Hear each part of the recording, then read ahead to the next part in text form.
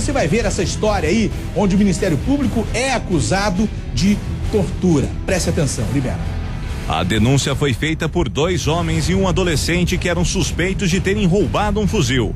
As agressões teriam sido cometidas após o cumprimento de um mandado de prisão em uma chácara de Piraquara, região metropolitana de Curitiba, em abril de 2012. Segundo os jovens, eles foram agredidos no local. Essas imagens, que teriam sido feitas pelo próprio GAECO, mostram parte do depoimento dos presos. Ele também estava sem farda, estava com a camisa azul escura e com o colete da GAECO por cima, né? E com a calça jeans também escura. Tava assim. E aí eles, antes de eu ir lá pra trás, a hora que eu cheguei, antes de eu ir pra trás, que eles queriam essa arma, né? Essa 12 e esse fuzil, eles queriam uma 12 e um fuzil. Ele pegou a pistola dele, ele engatilhou a pistola dele. Isso, esse baixinho? É.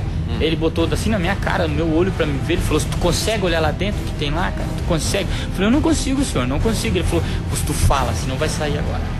Senão daí tu vai ver. Ou tu fala. Pegava o meu cabelo, botava a pistola na minha cara, falava: eu vou te matar. Aí o outro do lado que tava normal, né, que tava de farda e tal, que era da, acho que era a Rony. Aí ele falava, engatilhou o fuzil e falava: não, deixa que eu mato, botando pressão assim, meus 2 filhos olhando e minha mulher. Segundo os jovens, as agressões teriam continuado na sede do GAECO, na capital. Deram soco na cabeça, soco nas costas e chute nas pernas. Soco na cabeça, o que mais? Soco nas costas também, eles deram. Tá, e? Chute nas pernas também. Chute nas pernas? É, nos nervos. Você viu os policiais que te deram soco na cabeça, soco nas costas e chute nas pernas, o rosto deles? Eu não lembro o nome, mas se eu ver, eu sei todos eles qual. Tá. O advogado dos denunciantes afirma que a tortura foi comprovada pelo próprio Ministério Público. O Ministério Público reconheceu irregularidades na conduta do GAECO, reconheceu que os policiais do GAECO mentiram em juízo, que nada lembraram. Perguntados sobre o que eles tinham, inclusive, assinado como depoimento de condução desses presos ao GAECO, na audiência eles já não lembravam de mais nada e o que lembravam eram tudo divergente. O caso ficou mais complicado após um dos jovens que denunciou a tortura ter morrido na penitenciária central do estado, alguns dias antes do julgamento. Segundo a direção da prisão, o detento morreu devido a um vírus da gripe A. A ameaça de morte em si não, mas algumas situações aconteceram, a gente tem que se precaver, né? Tive que mudar de endereço e tomar certos cuidados aí, que tomo até hoje. Ô Bruno Henrique, você foi conversar com o Leonir Batista a respeito disso, Bruno? Fui conversar, buscar uma resposta, até porque a acusação é muito grave. Claro. Quer dizer, a acusação do advogado diz que o GAECO torturou os clientes dele e um deles morreu, Bruno. Um mês depois, e aí saiu o laudo dizendo que era gripe A, né? O que o Ministério Público diz a respeito disso? O Leonir Batista, coordenador do GAECO, promotor, disse que, como o caso foi arquivado em 2011, ele prefere não falar nada sobre o caso. Val.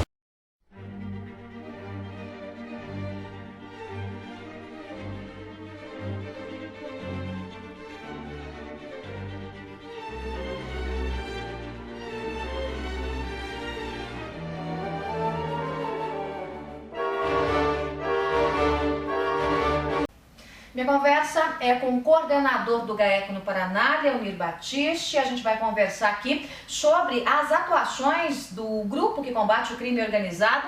E eu quero conversar, Leonir, tudo bem? É um prazer conversar com você. Eu quero conversar pelo assunto espinhoso, que é a bola da vez, que é a denúncia de que o GAECO também torturou presos em uma delegacia. Momento estratégico para uma denúncia como essa, Leonir? Não posso negar que do ponto de vista das políticas das quais eu pouco entendo, política naquele sentido miúdo, né, das quais pouco entendo, repito, nem da política maior entendo também, mas de qualquer sorte é evidente que isso pode confundir as pessoas. O que eu posso dizer a respeito é que nós temos uma absoluta convicção de que as coisas não aconteceram, que nem a polícia nem a GAECO tinham, primeiro, quaisquer razões, segundo lugar, havia uma ordem judicial para cumprir a busca na carceragem, que era uma busca bastante, vamos dizer o seguinte, até comum que aconteça em carceragens ou delegacias, que é verificar algumas coisas estranhas que possam estar lá dentro com os presos. Então não teria razão, não se buscava nenhuma coisa a mais do que isso, se buscava meramente o quê? Retirar os presos dos seus cubículos e proceder então à vistoria lá para encontrar alguns objetos. E eu só acrescento o seguinte, havia lá os próprios policiais que estavam junto com seus comandos, que não tinham razão nenhuma para fazer nada, como de fato não fizeram. Segundo lugar, havia lá membros que estavam a rigor ali na posição de inspetores, por assim dizer, né, da Secretaria de Justiça. Havia lá o delegado que atua no GAECO, que é da Polícia Civil, como se sabe, e havia lá um promotor, né. E a informação que se tem ao fim desse processo ali na delegacia é uma informação diferente daquela que apareceu algumas horas depois. Quer dizer, de que efetivamente poderia haver tortura. Tortura, primeiro, é um termo, como digo, não, tortura para o quê? Para castigar, para confessar. Como digo, havia um mandado de busca, as pessoas foram tiradas ali, não havia não havia motivação para se chegar e fazer qualquer situação. Então, verdadeiramente, como digo, é coisa estranha. Eu não quero me antecipar a falar, porque aqueles que gostam de apedrejar diriam o seguinte: quando é com os outros, o senhor daí já fala logo, e aqui o senhor está cuidadoso, por quê? É como eu digo, entendeu? Se a presença de um promotor de justiça, se não servir, juntamente com um delegado de polícia que não é daquela área, se juntamente com 2, pelo menos, servidores da SEJU, se todas essas pessoas teriam ficado silentes ou assistindo a alguma coisa, aí eu acho que nós podemos pegar e fechar, nós devemos ir para casa, eu inclusive me proponho também a ir, porque verdadeiramente daí nós não temos por que trabalhar. A decência me impediria de atuar num sistema dessa espécie.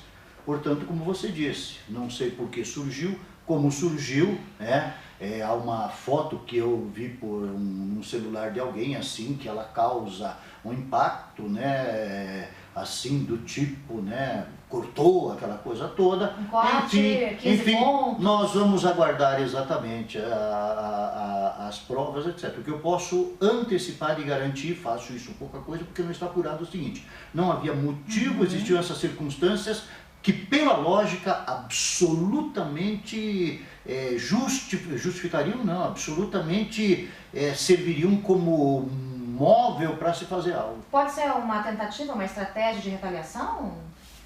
Olha, eu prefiro daí nem encaminhar nisso, ou seja, são várias as hipóteses, porque se eu falar em retaliação, a retaliação viria de quem? Na realidade, eu só sei o seguinte: tenho uma convicção absoluta de que não aconteceu, e como digo, e me respaldo especialmente nesses dados objetivos que eu disse. Ou seja, nós temos uma versão e em cima de versão nós temos fato.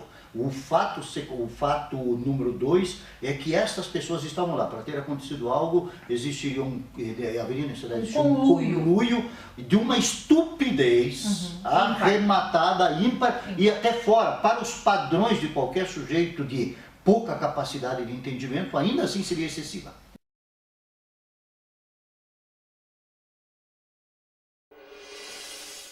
Estamos encaminhando ao judiciário uma denúncia com 21 pessoas processadas, sendo que uma delas processada por falso testemunho e as restantes 20 denunciadas por causa da tortura e, eventualmente, a gente fala em concurso, pelo cometimento de outros crimes, notadamente aqueles de natureza sexual. Nós fizemos ouvida de 61 pessoas aqui para terminar essa investigação. E nós temos de relevante apontar para vocês o seguinte: isso é um cacetete que foi apreendido na delegacia de Campo Largo, que é compatível com a agressão sofrida, inclusive por um dos presos, que teve o problema no ouvido, compatível com a descrição dele, e isso estava lá na delegacia e foi objeto de apreensão. Bom, essa é a maquininha de choque que foi apreendida na residência de uma das pessoas aqui denunciadas nesse momento, que é um policial civil. Nós apreendemos também na delegacia, embora isso seja circunstancial, sacos plásticos que são compatíveis com a descrição dos sacos que eles disseram que foi usado para a tentativa de asfixiá-los naqueles momentos. Significa que todos aqueles que haviam sido presos, os 15, foram denunciados.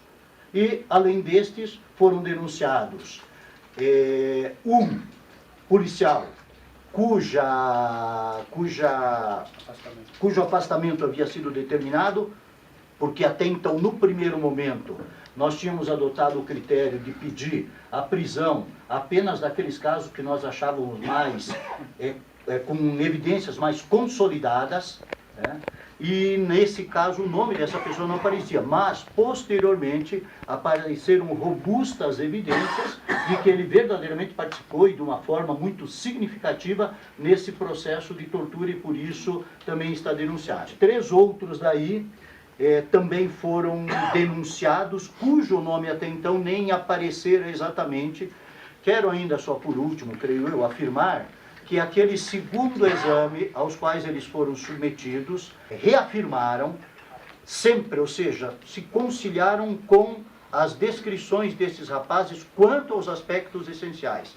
Ou seja, as agressões de caráter sexual, as agressões de caráter física, todas elas foram muito bem delineadas. Ou seja, uma pessoa chegou e, como eles, descreveram por 1, 2, 3 vezes os fatos, outro deles repetiu, terceiras testemunhas reafirmaram uma boa parte disso no mesmo sentido e o laudo, a prova técnica afirmou, olha, aconteceu isso, apresentam essas coisas todas. Então é esse o papel de investigação e o papel da denúncia é então já apresentar sob a forma técnica então ao judiciário, que deverá receber, obviamente, se for o caso, rejeitar, mas enfim, nós diante disso entendemos que o caso vai ser de recebimento de todos e aí se iniciar um processo penal propriamente dito.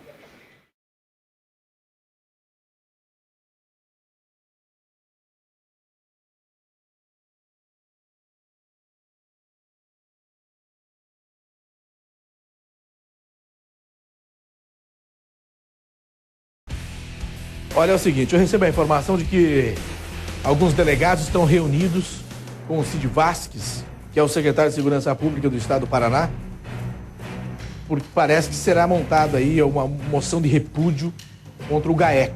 É a informação que eu recebo. Delegados e representantes de classes estão reunidos com o secretário Cid Vasques e pode sair aí, na CESP, pode sair uma moção de repúdio ao GAECO diante de tudo que está acontecendo, diante das circunstâncias aí. Sei lá, hein? Não sei porquê. Vamos aguardar e apurar de verdade esse fato. Vamos apurar para ver o que está acontecendo. Se tiver algum delegado que pode entrar em contato com a gente, se tiver algum delegado que pode falar a respeito disso, pode entrar em contato comigo, Bruno. Entra em contato com os delegados, aí vê se confirma essa informação que a gente pode colocar no ar aí. Tá legal, bom. Né? Vamos ver. Mas, por exemplo, eu não entendo uma. Tem uns policiais que estão presos lá do caso Tainá. Eles estão presos, não foram abandonados pelo secretário no início. Aí agora o secretário vai ficar do lado dos policiais porque o GAECO ficou contra ele. Eu juro pra você que eu não entendo nada. O negócio é meio estranho, soa meio estranho. Porque quando alguém precisou defender com unhas e dentes a classe dos policiais que estão lá na cadeia e aos olhos da grande maioria da população e quem acompanhou de verdade, de fato, injustamente, delegado, ou melhor, o secretário foi tipo Pilatos, lavou as mãos. Agora vai ficar do lado? Vamos ver, vamos aguardar aí para ver. Talvez seja essa a impressão que eu tenho também. Talvez o secretário estava do lado e por isso tem também esse confronto com o GAECO aí. E tem coisa que a gente não sabe, porque existe muita fofoca e pouca verdade quando se vem dos órgãos públicos. Mais boatos do que fatos.